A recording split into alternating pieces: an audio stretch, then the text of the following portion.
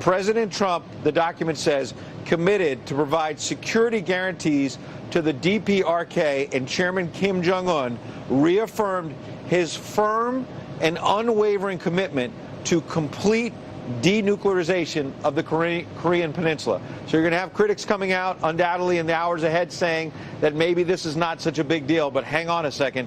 When you look at the nitty-gritty detail, it certainly sounds like we're moving towards denuclearization. Let's get some live reaction. Jessie Jane Duff, she's live in Washington, a retired Marine gunnery sergeant, a senior fellow with the London Center for Policy Research. Good to see you, Jessie. What's your immediate reaction to not just the events we've seen unfolding, but we've been waiting for these details. We've finally got our hands on it. Certainly sounds like we're moving towards denuclearization. This is mind-blowing. The hair on my arms raised when the producer told me what the outcome was of this document. I am thrilled. We are all thrilled. This is a very positive step in the right direction. We've all been skeptical. We don't know if it's going to be a hat trick. We haven't tried to figure out, or we've been trying to figure out, what is Kim up to? What is he going to do? Is there going to be a sleight of hand? We even all expected that possibly President Trump would walk away. We have seen nothing but progress up to this point. I think every person out there on this planet right now had to gasp and say, oh my God, because we have waited over 70 years for this.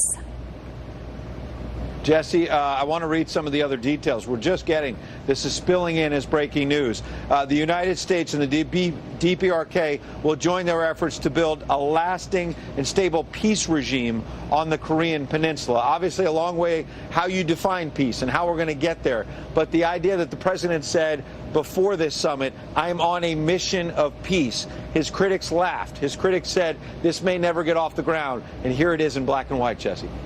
Well, the problem that we do have is that the Kim family has never been on a mission of peace. Their whole goal and objective has been to reunify with the peninsula, South Korea, that is. So when you now remove their capability to attack or assault or take over South Korea, my biggest fear now is that Kim is going to be suddenly disarmed and aware that he is really vulnerable. And when he is a vulnerable man, you get very nervous reactions from any dictator who has disarmed. So this is where we have a big risk. What is the next step to protect Kim? That is my first question. Not that I want to protect him, but if he cannot protect himself, then we can't see this moving forward, because essentially those nuclear weapons have been his life insurance policy.